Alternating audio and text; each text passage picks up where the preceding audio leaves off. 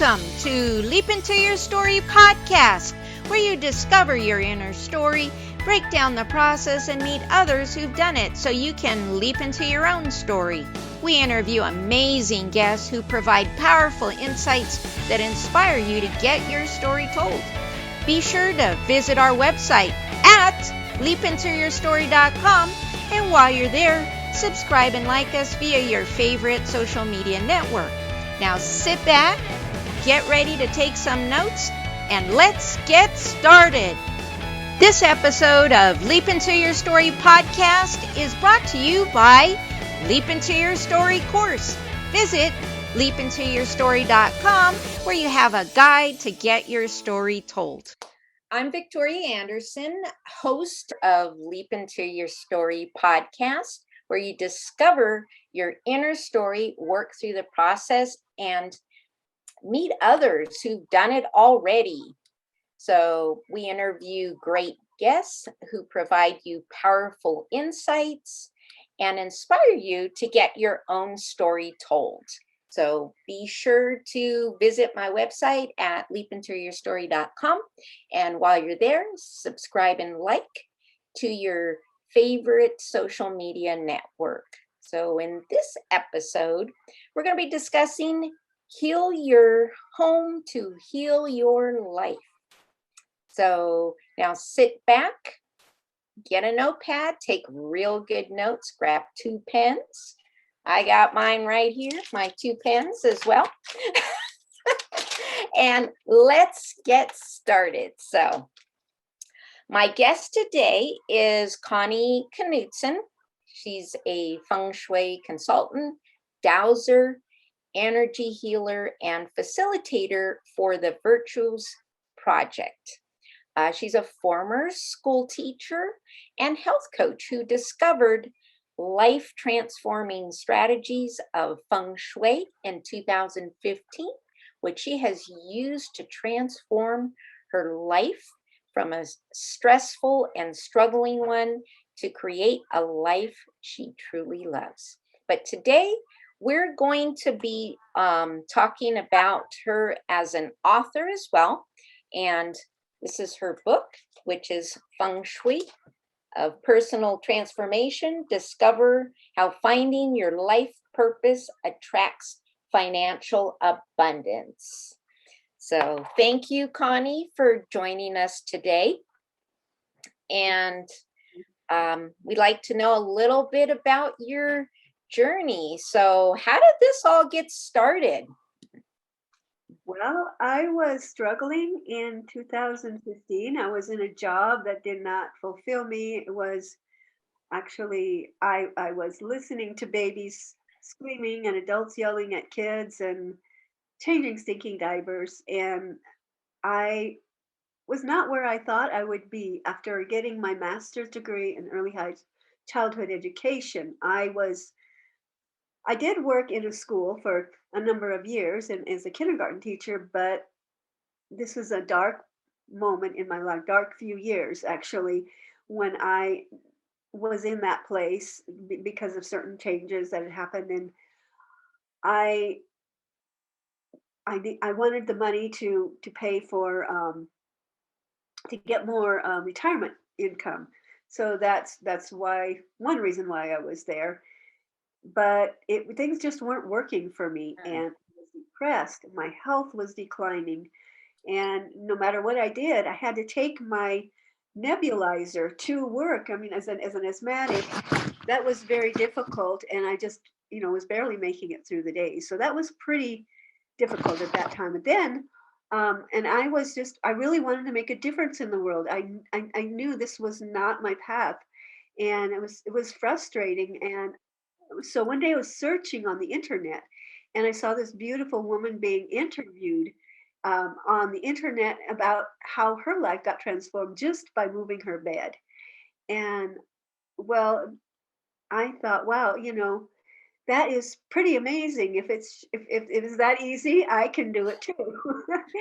And so this beautiful woman was Marie Diamond. She's a world transformational. She's a feng shui master and teacher, and was in the hit movie The Secret. So, but that didn't mean anything to me at the time because I really didn't know much about that. But I was really impressed with the way she talked about how her life transformed um, at the age of 15. And she went from being bullied and having no friends to um, those bullies turning around and becoming her friend and finding her first boyfriend. So that was all so impressive to me. And when I saw her being interviewed, I was just mesmerized is the word that I come. It was like a light bulb moment. I was like, wow, this is really something. She's the real deal. So I moved my bed to a new place. I moved it to a new bedroom, and I, of course, I didn't know how to set it up like Feng Shui. You set it up in a certain direction, but I did know that to make it more peaceful and to um, put things that were harmonizing and uplifting. So I didn't put very much in that bedroom actually, and I had my office in a different place instead of all together. So because of that, within I would say a couple of weeks, um, and I did a few other feng shui things, moving things around in my house, and it was already pretty decluttered. There wasn't a whole lot in the house because I'd been out of the country, but I set things up a little bit according to the little bit that I understood from that interview, that life transforming interview. But within 2 weeks, I decided it was time to retire. I decided, I found a way to retire. Before I thought there was no way I can retire. This is, how am I going to make a living? So I decided to retire. I decided to move to Albuquerque and build a business from my home. In Albuquerque um, is a place where there's lots of healers. So that was part of the reason. It was kind of an intuitive hit as well as consulting with an intuitive. I came to the decision that Albuquerque was my place, and she consulted her guides, and she said, "Yes, the guides are my guides are telling me, just go, just go." And so I drove 4 hours to Albuquerque, throwing in my car what I needed, and um, that was another miracle because I had to overcome a huge fear.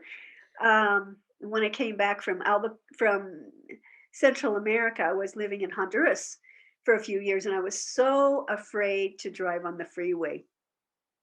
I was so afraid, and my hands would sweat, and I would grab the free.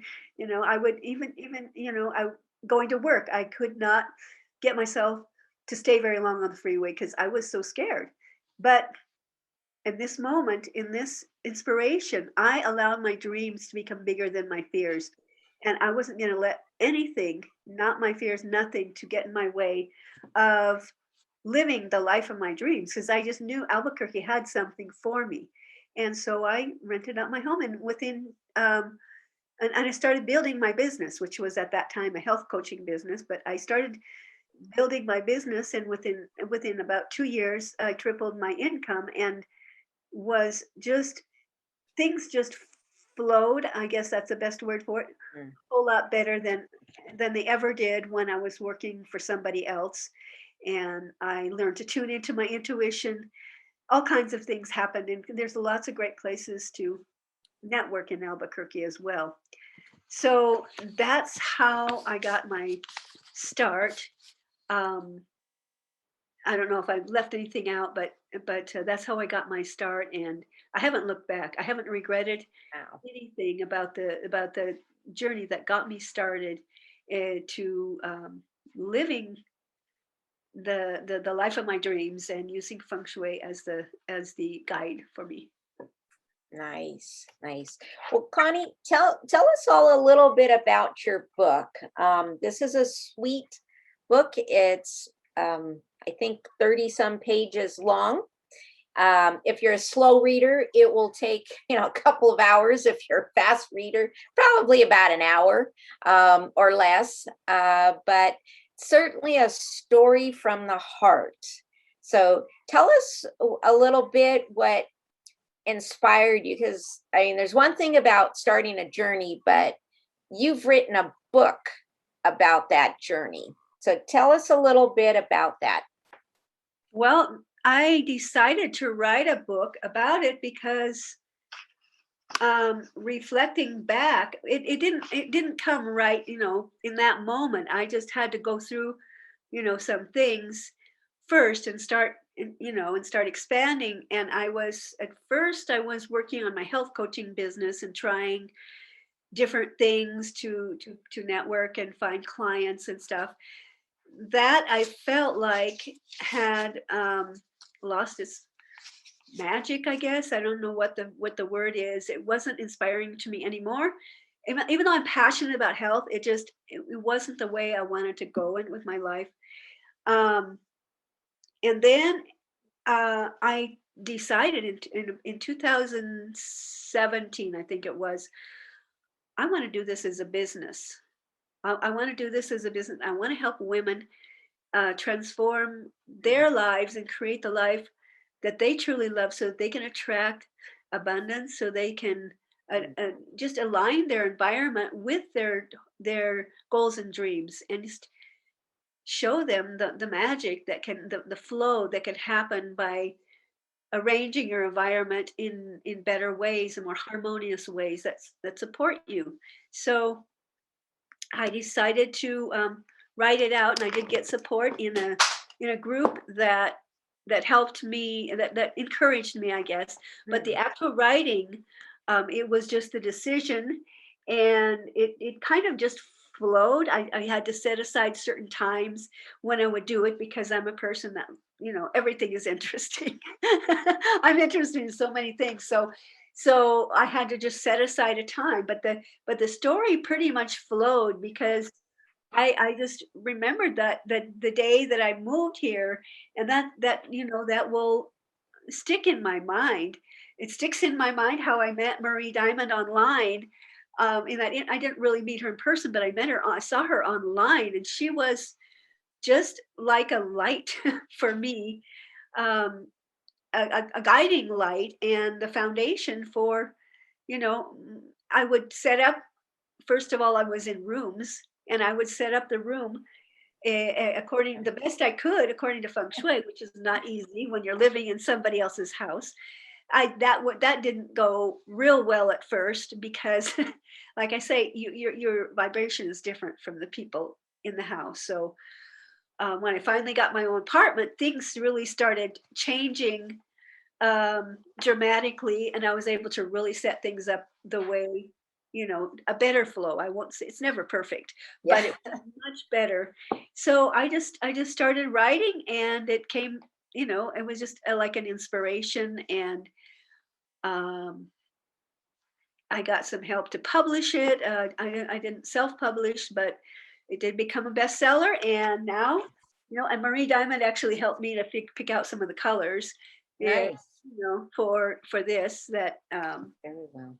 yeah, it was very, very, very special, and it was just the way I live my life. And so I think I mentioned how I felt when I first came to Albuquerque, because I believe in magic. I believe that when you're in tune with a certain vibration, a higher level of vibration, that you are inspired, and you do go to places you wouldn't have gone otherwise. And so I felt like Dorothy in The Wizard of Oz, like, "Whoot, no longer El Paso, whoot, Albuquerque, where am I?" And so I started from scratch, and I just had to, work on getting to know a few people. I Oh, by chance, the place I choose, and I didn't know it at the time. The place I chose to live was a house that was 2 blocks away from a health coach who I'd met her, about, I don't know, maybe a month or 2 earlier, online. We were referred by a different person, so we met in person. But it was so interesting that I lived a couple of blocks from where she lived, and I actually really needed that support. I mean, it was like you don't know, you don't know anybody. And, she helped me and gave me somebody to talk to, walk down the street if I was having a hard day. That I thought that was just pretty amazing as far as taking my first step into Albuquerque. So it sounds like the energy flow was your yellow brick road to Oz, right? Yes. I build the Emerald City for everyone Yes, who wants to live that's right. the queen or king, if it's a man of their life. So There you go. build an Emerald So, City. so that's there you have it. Emerald City and the yellow brick road, Dorothy.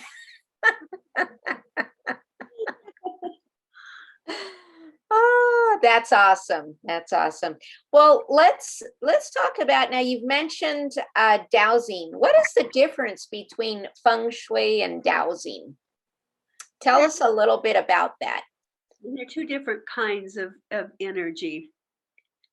They're actually two different separate conversations, but feng shui is the energy flow.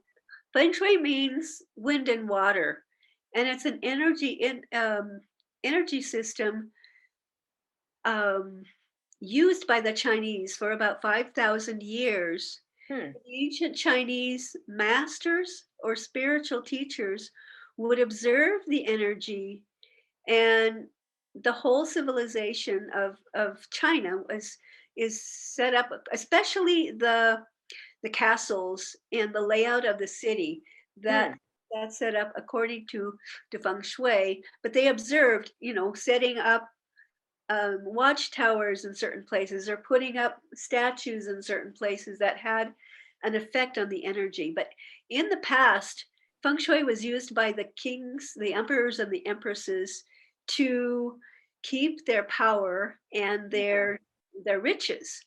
And they didn't want Interesting. secret to get out. It was a secret. They didn't want that secret to get out to the general people. And today, I think probably the feng shui, a popular feng shui may not be based on always on what the feng shui masters taught, Hmm. because people are not all educated.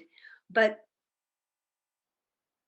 yeah, it's hard to really make a statement like that. We don't know who has studied deeply and who has not, Right. but it does take some study. Hmm. And well, that's feng shui, and it's just the energy flow, and it means wind and water. So nowadays, it's in the Western world, we have more access to that information. And in China, there's more access to that. Everybody, it's not kept behind closed doors anymore. Anybody who, with a desire to study it, can find out Hmm. how to apply it for themselves and how to channel the wisdom and the energy flow of feng shui according to your own goals and dreams. Hmm. So it's very interesting. Dowsing is more of a healing modality to heal, to de-stress your home and heal it. It's a different kind of energy. It's in the etheric field of the house, and so every house has its own personality, and a dowser can go in and find the negative Hmm. energy uh, that from the earth, like, and then like Wow. vibrations from the earth, Yep. that can be very negative, very hard on the immune system, and a person will Hmm. get sick very easily. So dowsing can raise the vibration of the entire home, and by that raise the vibration of the person that lives there, so Hmm. that they don't get sick so much, but so they can actually focus on their business more without uh yeah, just focus on their business more and feel at a higher level, Hmm. depending on how deep you want to take it. And it doesn't take very long. Dowsing is that's what I love about dowsing, and that's what I feel that it's important that every house be doused, because we have so many, for example, cell phone towers, electromagnetic fields that we're all affected by, and this can protect the immune system so that we don't get sick so often. And we don't get sick so often, we can work more on our business, and we can be of more service in the world. So Right. that's my goal, is to share this wonderful information and share these tips with people so that they can live the life of their dreams. Everybody wants that. You know, I don't know anybody who doesn't want that. Right. Now, with dowsing, is there any special? I mean, either one is, because feng shui is the study of energy, but that includes moving things around. Like in the case with Marie Diamond, she moved her bed, or you were talking about moving to, not be interfered with other people's energy. What about dowsing? Is it the same thing? Do you move things around? What is It's different? energy. It's a different energy that there are natural energy fields on the earth that for well the most important one to remember, because it can affect people so much, and it's the geopathic Hmm, stress, and that's the energy underneath a house. uh, interesting. Hmm, it can be water, or it can be changes in the soil, two different kinds of soil, which will mess with the vibration in the house. And the dowser will go in, put down the cures, and it's cured within 3 seconds. hmm, So, although, it could be like what do you call it, the tremors, if the house shifted a little bit, that can cause geopathic stress. But if you're hmm, sleeping on an area that has a cross line of geopathic stress going one way and going another way, your immune system won't be able to handle it. And Murray Diamond has a story. Murray Diamond is my feng shui master, my teacher. She has a story about how her father um, was sleeping on an area where there was a hmm, geopathic stress line. They didn't know at the time.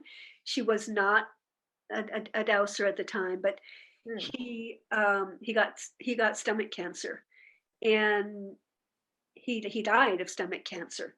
So then when he died and her mother started sleeping in that same space, she started having stomach issues. hmm, Well, they called in a dowser to find out why, and turns out he was sleeping. There was it was sleeping over a geopathic stress line, and it was that doesn't let your immune system work right, and so he he got the cancer, and he died. So that's another story, how she got into dowsing. But I was very impressed with that story, and I always douse my house before I usually before, sometimes it's after, but I try and do it before, because I know that's going to protect me from, hmm. while they're building or while they're doing things, I know that things are not going to happen to me, and I can protect myself. I have asthma, so I mean, it's well under control now. So it's the dowsing has certainly been a part of that. Um, Hmm. so that I guess that explains a Right. little bit. I hope that you It understand them. does. Now, what do you use to douse? Do you use crystals, or do you use like those angled, like hanger looking things? I mean, that we've seen, like we've seen in some people looking for water. So dowsing actually has been used in almost every civilization. Every Hmm. culture has their own form of dowsing. Originally, it was used just to find water, and they used stick, and Yes. and Yeah. to find where the water is to build a well. Right. Well, what I was taught is we don't just use it to find water, we use it to find all kinds of different energy blockers Hmm. that are going to keep, make your house sick, make it Right. drag the energy down, and make you sick, and make the people just maybe not feel good in certain areas of the house. these energy flows are exist naturally on the earth, and outside they don't affect the animals. They won't affect the animals at all. Hmm. It doesn't hurt anything, but once they're inside a building, you will be affected. And Hmm. one example would be the electrical meters, Hmm. where they read the electricity, and so that the electric box can be a source of stress in the house and can cause all kinds of issues with not being able to sleep, with not, with not being able to focus, ADHD, different things like that. People can get headaches. Hmm. So once it's cured, so what we use is the L rods. It's I don't have them in my hand. I don't want to get it. They're L shaped, Right. um, and the rods move when you ask a question. Uh, Hmm. and I can find out what the energy level of the house is, and I ask a question, and it will tell me what the vibration level by just counting how high or how low the number is. And after dowsing, the number is always considerably higher, and the person feels so different. So even animals are affected by it. I don't know how deep you want me to go in this, because we were going to talk about feng shui, but animals. I'll just say that if you have any questions about that, I can share a story about that. But yeah, animals love dowsing, and they may have a place that they don't like, and they'll never go there. Hmm. And then after you douse it, they will find their sweet spot, and they will sleep, and they will sometimes cuddle with you on your bed. Yeah. If they didn't go there before, they'll go there now, because it feels the energy feels right. Right. Yeah. Right. Well, I remember in California, there was a spot right outside the office window that cats used to fight over. There was one particular spot, and I went out to look, and I could actually see like the squiggle, like waves, like in between the corner of the house and the tree. And it almost looked like water. And the cats would fight, in that spot. And I was talking to somebody about that, and they says, well, that looks like it's, you may have some sort of portal, which wouldn't surprise me because there was a lot of paranormal activity in it. But usually the animals would run away from certain areas. And that one, they were fighting to be in it, which I thought was in ours. The stray cats, I was the crazy cat lady, but these were the stray cats that were something about that little area. And so I, Cats and dogs have different life missions. mhm. And this is according to Marie Diamond. Okay, I'm not I'm not a sage in this, but this is I just remember things that she says. Um, she talks about how dogs um, are a very cats love negative energy. Hmm, Put it that way. Cats interesting. love their purpose in life is to transform that negative energy, and then shake it off. They don't hold it in.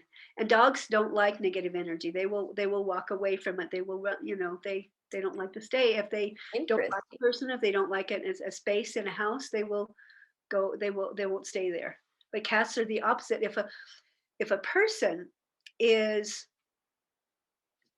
it has a lot of negative emotions or stress or things going on in their life, the cat will be the one to come to you. Mhm. Well, cat or dog could come to you, but the cat will absorb your energy, and after a certain amount of time, they'll have to leave. They don't want to be there anymore, because they've absorbed all the energy they can, and so they leave and they shake it off.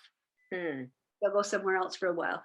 But see, that's how their personalities or their nature Yeah. are different. And dogs can be very comforting too, but they don't absorb that.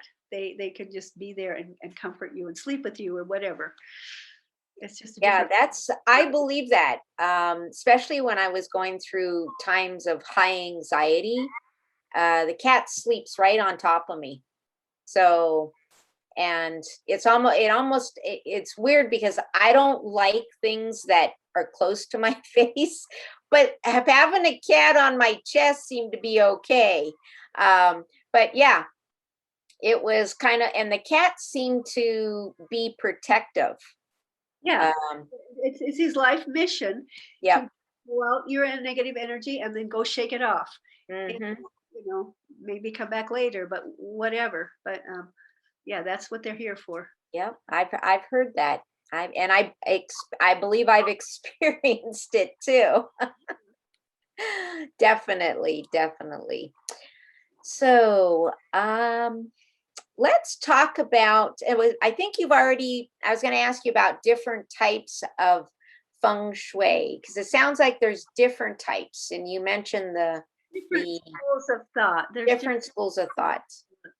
there's the one I believe in is the traditional feng shui, the flying star feng shui, where the energy flies in different places in the house each year and each month. It actually flies in different places in the world. And so it's based on the teachings of the ancient Chinese masters who studied this and were likely guided by inspiration and could probably actually see the energy, like my teacher Marie Diamond Hmm. sees energy, and she that's why her advice is so accurate. Hmm. And she believes, and I kind of I believe as well, that these men were in tune with the universe, and they had these inspirations, and that's how they were able to know what kinds of things, where you need to put a chime, where you need to put. It's not all superficial. I mean, it's really real feng shui is not superstition. It is based on the actual energy flow in a home. um, and it's highly related to the personality, to the who is living in that home. Every home actually has its own personality, but the person who lives there, you want to live in a home that's facing a good direction for you. So I kind of got off track there, but um, yeah, there's different schools of thought, and I haven't gone into any of the other schools. Hmm. All I know is that I started with a book, and you cannot get good feng shui guidance from a book because every home is unique. You need Okay. really need somebody to come in and take a look and see how the energy flow is in each room if you really want to align your environment with your goals and dreams. That's been always my goal and my uh, you know for using feng shui, and I studied it for a number of years with the help of Marie Diamond. Hmm. Good to know. So I guess, there isn't one size fits all feng shui.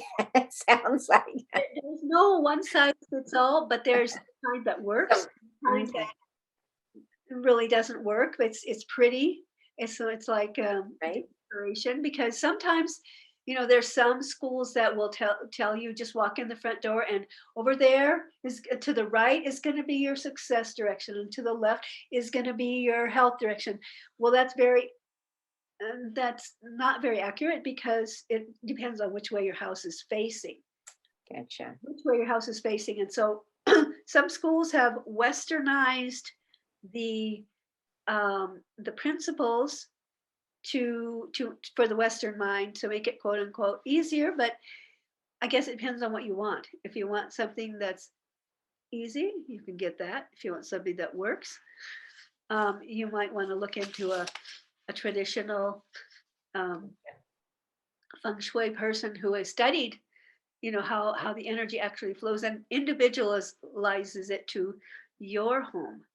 Your home is unique, just like you're unique, and you want to live in harmony with your house.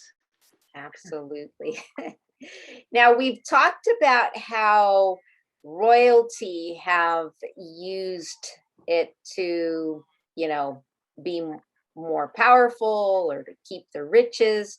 What about the average folk? Say, for those in finance, relationship, and of course, this particular podcast always, is we deal with writing and what about creativity and how that can improve the flow of things. And a lot of times creative blocks are emotional blocks, but maybe they can be dissolved with some feng shui tips. So tell us a little bit of how the average person can benefit financially, relationship, and creativity with feng shui.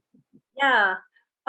There's a number of things you can do. The first thing is to find out what your four best directions are. Everybody is born in with four good directions and four less good directions. Hmm, And so you want to find out what your good directions are, so that when you're working in your office, you can face one of your good directions. And so you will feel stronger, and your energy will flow better. So you want to face a good direction, and you want to be able to see the door, because that's where the okay, energy comes in. okay. So that would be the first thing that you could do to make yourself stronger and more focused. Now, for all of those areas, for finances, for meeting your business goals, and for relationships, clutter. I mean, clutter is a first of all, it's a poverty mentality. You keep lots of clutter around on your floor, shoes by the door, piles of paper in your office. Those things will lower your vibration and keep you stuck in poverty. So, the first thing that you should do is to clean up your environment.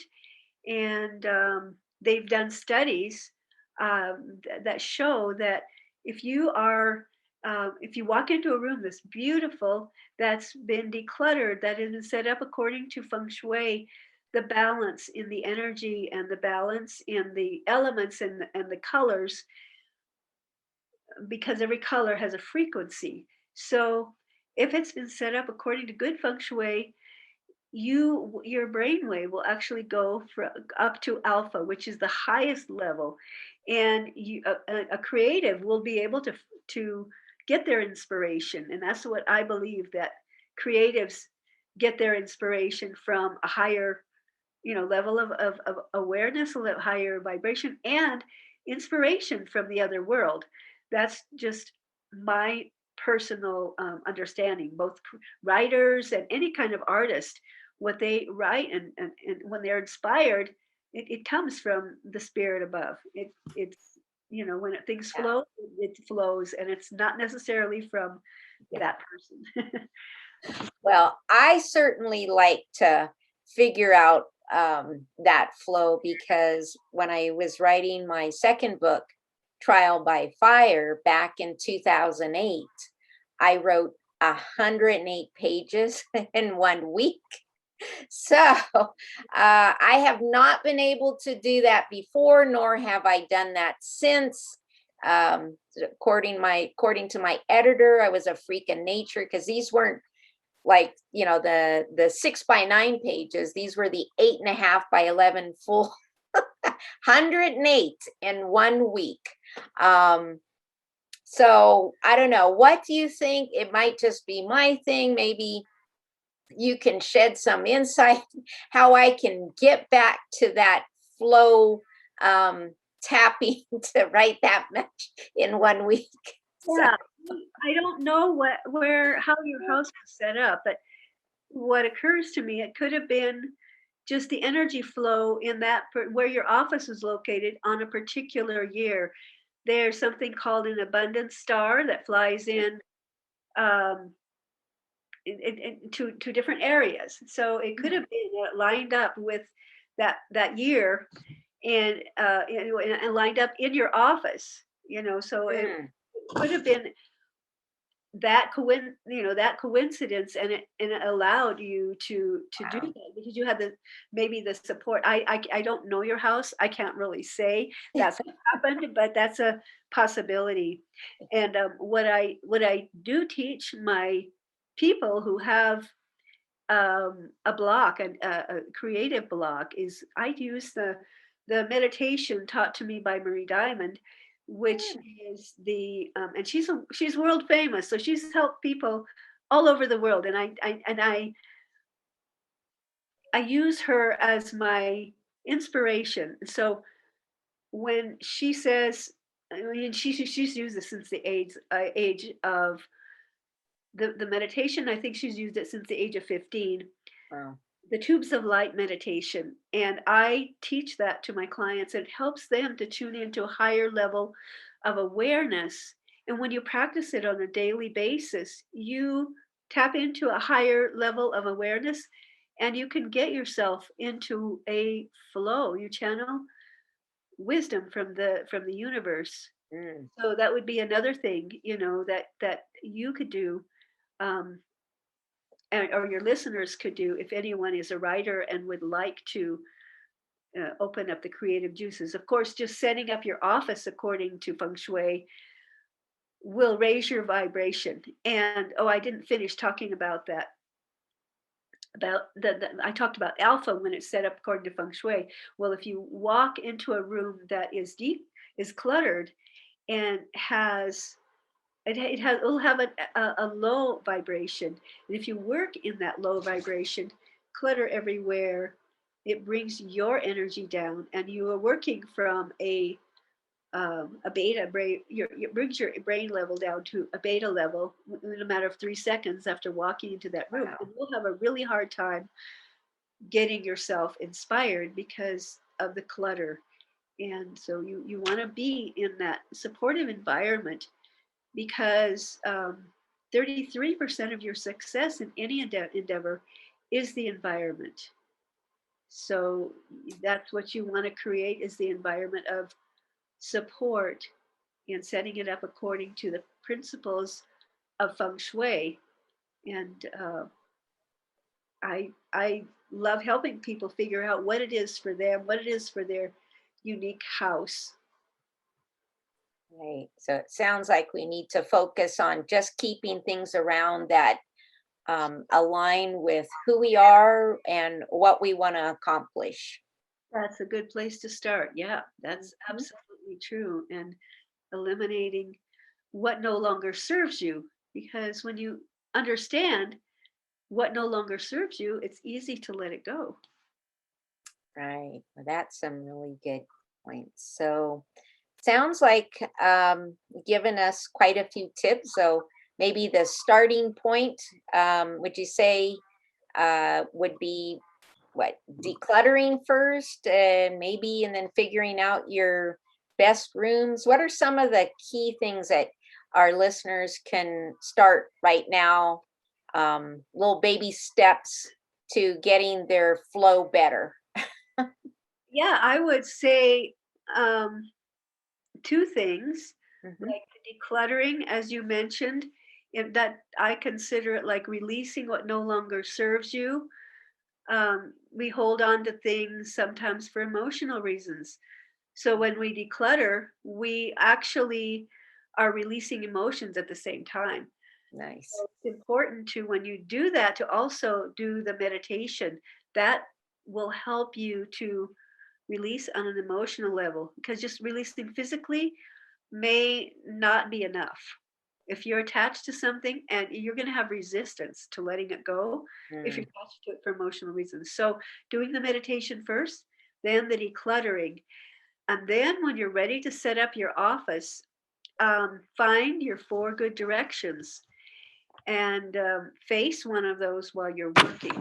So you can find your best directions, your four best directions: one for success, for health, for relationships, and for your wisdom, who wants to you want to have the proper guidance for whatever you're doing. So you want to set up, find out what those are and how you do that.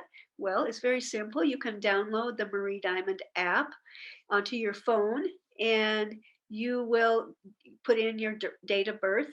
You will put in your gender, and it'll bring up this compass, and up will come your 4 good directions, your personal energy number, and your 4 good directions. So that is a piece of gold that you can use. It's a very foundational, and it will strengthen your energy and your focus just by using that one tip, and of course decluttering as well. Right. Yeah. Well, good. Well, thank you. Well, Connie, I want to thank you for sharing your information on that subject that I'm thinking we're all enlightened a whole lot better about it, and good tips that'll get folks moving in a better flow to write. So tell us where we can find out more about what you have to offer, where we can get your book, where others can get your book, and You can get my book on Amazon, okay. and just you can order it on Amazon, or you can write to me at office@connieknudson.com. I can mail you a signed copy. Of Mm, course, get it on Amazon. Anybody can get that, or you could go to my website, connieknudson.com, and get more information about both Feng Shui and dowsing, and find out about other programs that I have. I have uh, a group in Facebook called Healing Homes and Hearts.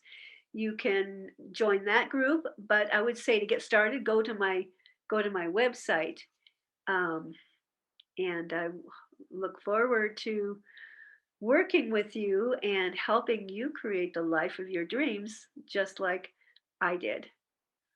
all right, folks, you heard that. Go ahead and check out Connie's site, groups, and resources, as well as her book. That's certainly been written from the heart. So, Connie, again, I do thank you for sharing your information and spending this time with me. And I want to thank all of you for tuning in to Leap Into Your Story show, where you discover your inner story. We help you work through the process and meet others who've done it so you can leap into your own story. So, remember to visit my website at leapintoyourstory.com, and so you can enjoy more great episodes like this. And again, while you're there, subscribe and like via your favorite social media network. We're looking forward to seeing you next time here on Leap Into Your Story show. Thank you for tuning into the Leap Into Your Story podcast, where you discover your inner story, break down the process, and meet others who've done it so you can leap into your own story. Remember to visit our website at leapintoyourstory.com and enjoy even more great episodes like this one. Again, while you're there, subscribe and like to us via your favorite social media network. We're looking forward to seeing you next time on the Leap Into Your Story podcast.